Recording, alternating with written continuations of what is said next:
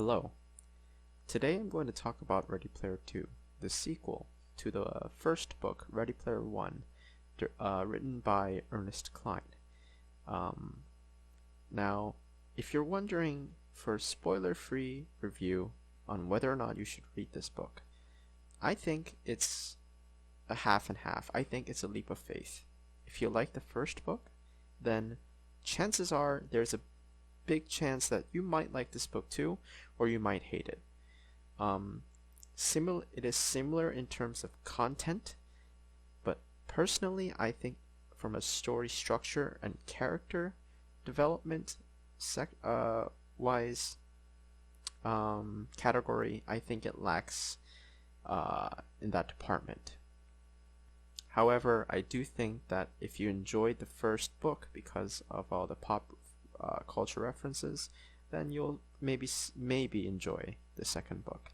I didn't like some parts of it, and I did like some parts of it, and I'm going to explain why. And I have a list of things that I want to talk about.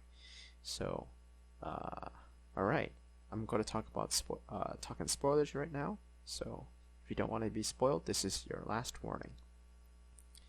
Number 1. I think Ready Player 2 suffers from what a lot of sequels have, is that it wants to be bigger. It wants to be better by adding in much more action, upping the stakes, making everything more epic and twice the action and twice the explosions. Now, a lot of sequels do this, and to middling success, because just because you have a lot of action, just because you have a lot of explosions going on, doesn't mean that it's necessarily going to be a more fun experience unless the action is very unique in how it's presented. For example, I'm going to reference a way this is done well is I think the Mission Impossible movies do a good job of trying to make each sequel much more exciting than the previous one by upping the action, but it finds ways to be unique among the other movies. Most notably, Tom Cruise's dedication to his stunts. This property of sequels that does it wrong, I think, is the Fast and Furious franchises or the Transformers franchises. These movies try and make everything like twice as bigger than the first movie, but it doesn't necessarily bring about the same experience, or it doesn't necessarily bring out an enjoyable experience. Then what is it lacking? Mostly character development, mostly pacing issues when it comes to the second installment. And this book has a lot of these, and I'll go to talk about them in detail. Alright, number 2. This book focuses on Kira, Og, and Halliday and their relationship, mostly on Kira and Halliday's antisocial and abusive behavior. Now, I think focusing on Kira, Og, and Halliday was an option that Ernest Cline made. I think he could have focused on just Wade, Artemis, Shoto, and H, and that would have been fine, not including Kira, Og, and Halliday in the story, but he wanted to make them the center of attention. Now, so he added more character development to very old and characters in the past by having our main character dig up some stuff about these older characters. Now, I don't have a problem with this, but his character development is very one-dimensional.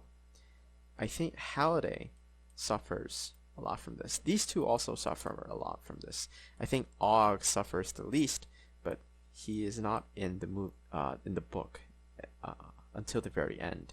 That is when he shines the most, as you know, with his fight against Halliday. Kira is the main focus of this book, and we see a lot of flashbacks to her. But the thing is, we see a lot of flashbacks where the secondary characters, Og and Halliday, are interacting with Kira, not necessarily Kira saying something or doing something. There's no character development in and of ourselves, and so we don't know who Kira really is, even though we experience Kira's memories through Wade. And Halliday is one-dimensionally evil in this story. He's antisocial, he's abusive, and he's like almost a psychopath, I think. And it isn't really interesting because that's his only trait. And to think that he would have badgered and annoyed his friends, Kira and Og, it isn't really that much of a big surprise, because I think if anyone read and watched the first book or movie, I think that could have been inferred that Halliday was not the very social type of guy, and he necessarily had conflicts with his best friend Og because he loved Kira. Anyways, I think Halliday is too one-dimensionally evil in this book, and I think Kira and Og are necessarily also one-dimensional because they are portrayed as simple victims, and the other trait that they have is that they love each other. That's it. Okay, number 3, Wade. The problem with Wade in this book is that Wade is increasingly unlikable in the second book.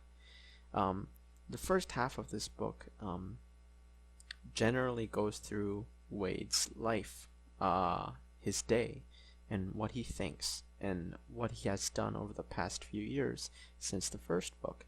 And it's a lot of shitty things. He goes around killing people's avatars when they, troll him or hate on him. His response and reactions towards Samantha after they broke up was totally disgusting. I think he also spies on various characters throughout the book, most notably Artemis and Lohengrin. I really didn't want Ernest Cline to make Wade spy on Lohengrin's chat with the Low Five, because I wanted Wade to learn from what he's been doing and become a better character through Lohengrin, but not the case. Wade is definitely a man-child in this book, and it doesn't really change. He doesn't really change throughout his journey. I think Ernest Cline wanted Wade to change by experiencing Halliday's evilness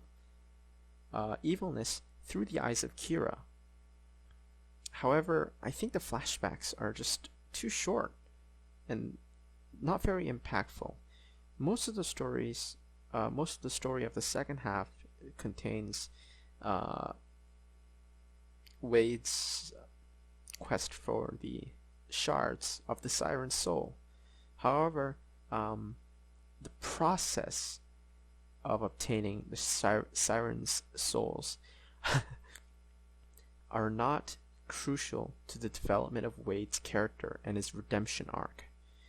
In fact, it's more about his knowledge of pop culture and media, and his friend's knowledge of pop culture and media, and Wade just tagging along the ride and saying, "Oh, that's that. Oh, that's that." Definitely not a very good way to try and redeem Wade. I think Wade should have been redeemed through his interactions with H and Shoto and Artemis, but his interactions with Artemis was very jarring, because Artemis basically changes her attitude towards him in a 180-degree angle, and H and Shoto never really had serious conflicts with him because of his attitudes. So never really felt like there was anything to redeem him from. His friends act like there was nothing wrong with him beforehand, even though he clearly thinks that there was, and I think that could have been amplified more in the story. Perhaps H and Shoto giving up on the shard quest and not trying to help Wade. But this conflicts with the stakes because in at least number 1, just because you have a big... I think the reason because that there's a lot of stakes involved is that Wade is... everyone around Wade is forced to help him. And I think this journey would have been much more interesting if Wade had to go through this journey alone and maybe gain a companion, hence Ready Player 2, maybe by force, perhaps Artemis, and the two of them have to figure out their troubles as they journey on in a forced way to gain the 7 shards. Or you could not have them fight anyway. I don't know how this book could have been different, but moving on. Alright, moving on to the 4th point. The 4th point is riddles. That there are 7 riddles in this book regarding the 7 shards, and I've got to say they weren't very interesting. Even, they weren't interesting first when they were first mentioned, because, well, I guess that there's a past to that, because you're not supposed to know where you're supposed to start when you see these riddles. But secondly, the solving of the riddles isn't interesting in the slightest. There's no deduction going on. Mostly the characters already know, one of the characters out of the 4 players already know the answer to the riddle, and Wade is just pretty much being in the side view, and he's just tagging along as their friends kind of drag him across the oasis. So, okay, there aren't very interesting deduction skills being used, and I think that would have made the book quite enjoyable, instead of having a lot of pop culture references thrown at our face every single page. It was quite annoying if you don't know these references. For example, I have not seen a single John Hughes movie. Guess which part was not very memorable to me? The John Hughes planet. Middle-earth was cool because I knew Middle-earth, but I didn't know much about the Silmarillion. But I knew just a little bit about it to be at least entertained. And Princess Ninja was just fun because I could use my phone to look up a video of someone else playing Princess Ninja on YouTube. The Prince planet suffers also from the John Hughes planet. It's that if you have never heard a song about Prince, or a song of Prince, or never seen a certain movie from a certain director, John Hughes, then these sections just are meaningless to you. They're just words being thrown in your face. So that's why I think some people will enjoy some parts of the movie, and some people will not enjoy some parts of the movie. It really depends on your knowledge. If you have a lot of knowledge in John Hughes movies and Prince trivia, then you'll love those 2 planets. And if you're more of a video game nerd like I am, you'll enjoy the Princess Ninja part and the Middle-earth part more. I think this is a problem that also existed in the first book, and I don't really know how to solve it unless you want to change the selling point of this book, because this book basically is for people who like 80s pop culture. And if you don't know much about 80s pop culture or any pop culture references from any era, you will be bored when reading these sections. Alright, I won't delve too much into the ONI and the AI plots. I think they're way too complicated to try and digest and see what's wrong. But these are just my initial thoughts after reading finishing the book yesterday. Okay, number 5, setting. So I began to think about the topic of setting after Ernest Cline decided he wanted to have a revolutionary new technology, just like the first book had with VR, with the ONI, the Oasis Neural Interface.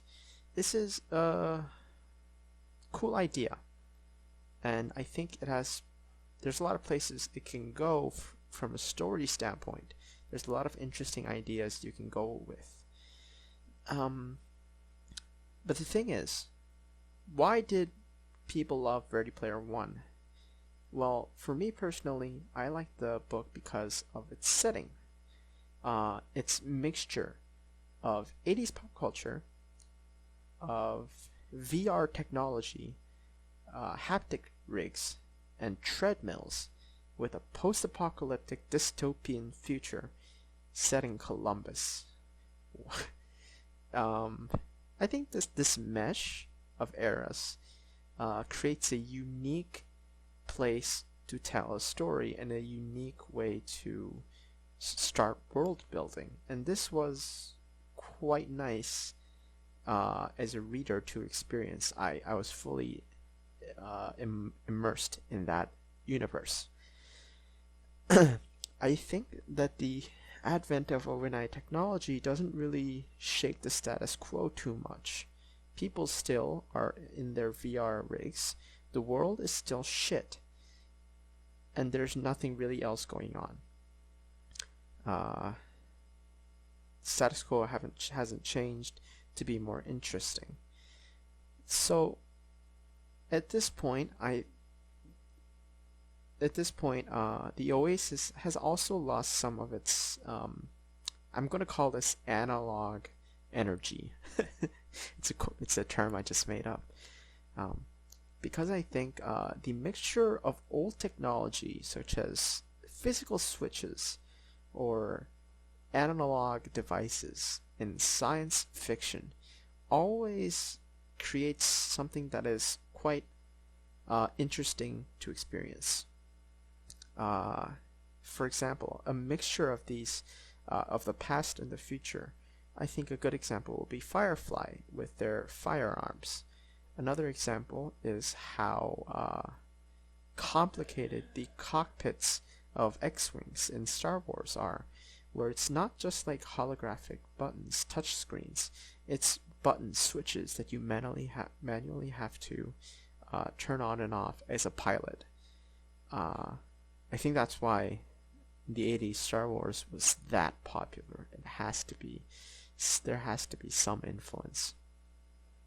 So I think the advent of ONI was not interesting enough, or it is interesting enough, but Ernest Cline didn't use it in a way that is interesting to service the plot. Okay, so what's new as an ONI user? You can be in VR and control stuff outside of the world like telebots. That's the one thing I can think of on the top of my head. So the question becomes, would everything in the plot be the same if the technology was still VR? No, of course not, because then evil Anorak would not be able to force people into these ONI from logging off from these ONI headsets. Okay. So a lot of these problems occur, I think, from the heightened stakes. In this riddle section, you can't have Wade and his friends trudge through each shard. You can't have a time period where they go through trial and error to try and solve a riddle. They go through days of deduction and critical reasoning and, scavenging to find information, to find clues about these riddles, because there isn't a time frame. You have 12 hours. You can't necessarily fit 7 shards in these 12 hours unless you already know the answer. See, this is why setting up the stage was so important in this book when it came to these riddles. These two don't mesh. Riddles need time for people to mull it over, for people to get that aha moment after months, years of just thinking and searching. 12 hours doesn't grant 7 riddles its due diligence. Alright, have I talked about the setting enough? I think so. Alright, the ending. God damn it. The ending is, I think, too squeaky clean. There are no consequences that each character has, had to experience. Humanity is basically saved from immortality. See, some of these inclusions in the ending with with AI, actual stable artificial intelligence, and the introduction of resurrection, these are very science fiction, hard science fiction concepts that are placed into a soft science fiction world. And the two don't mesh. It's actually quite jarring when you get to the end of the book. And I felt like very empty inside with this ending. Partly because you don't really see also other players in the Oasis other than H, Og, Parzival, Shoto, and Artemis. You don't see other players in this richly populated Oasis simulation. Everything is so squeaky clean in this ending, and it feels so safe. I feel like Ernest Cline didn't want any of the characters to risk anything or to lose anything. And in the end, they don't lose anything. And it's just not very interesting. In fact, the ending was quite jarring. It didn't feel right to be in this book. While I was reading it, I was like, what the fuck? Why is what's going on? Man. There's a lot of stuff that I don't like about this book. And the thing is, it's not like I had a really horrible time reading it. I kind of trudged through some sections, but some of the sections where, for example, Middle Earth came up, some of the sections where Princess Ninja came up, I had a good time because Ernest Cline has a way of painting a picture very vividly in your head. One of my favorite scenes in the book is when, after the Princess Ninja Shard, where Wade goes into the Kira simulation when she first meets Og and Halliday, and Halliday's transformation into the final boss, that was magnificent. I wanted more of that. It was really exhilarating and exciting. I could visualize everything in my head, and it wasn't boring, but the rest of it, the book, was essentially boring. And I think Ernest Cline does have a talent of painting these pictures in using describing a scene so that you can imagine it in your head. The Prince fight was also one of these scenes, and along with the along with the encounter with the giant wolf in Middle Earth. So I think I know that Ernest Cline is good at some of these things, and I would like to see him allow me to draw more of these pictures, and I would like him to ditch some of these Easter egg hunts, these shard riddles, all of these ideas and mainly focus on a quest. You know what I would like? I would like a custom-built quest in the Oasis, and I would like Wade and Artemis, the two of them, going through that quest and going through character development and getting some help from some side character friends like H and Shoto. I think that would have been a great plot for Ready Player 2 and how these two develop as characters. And I think maybe it's the author's reliance on Kira, Og, and Halliday and this setting of this massive hunt for these shards, which are utterly pointless, by the way, because only Wade and Og can really touch the shards and collect them. It was quite pointless, and I wish he would ditch the idea, this setting, for if he ever writes a third book. Okay, I think that's enough for now.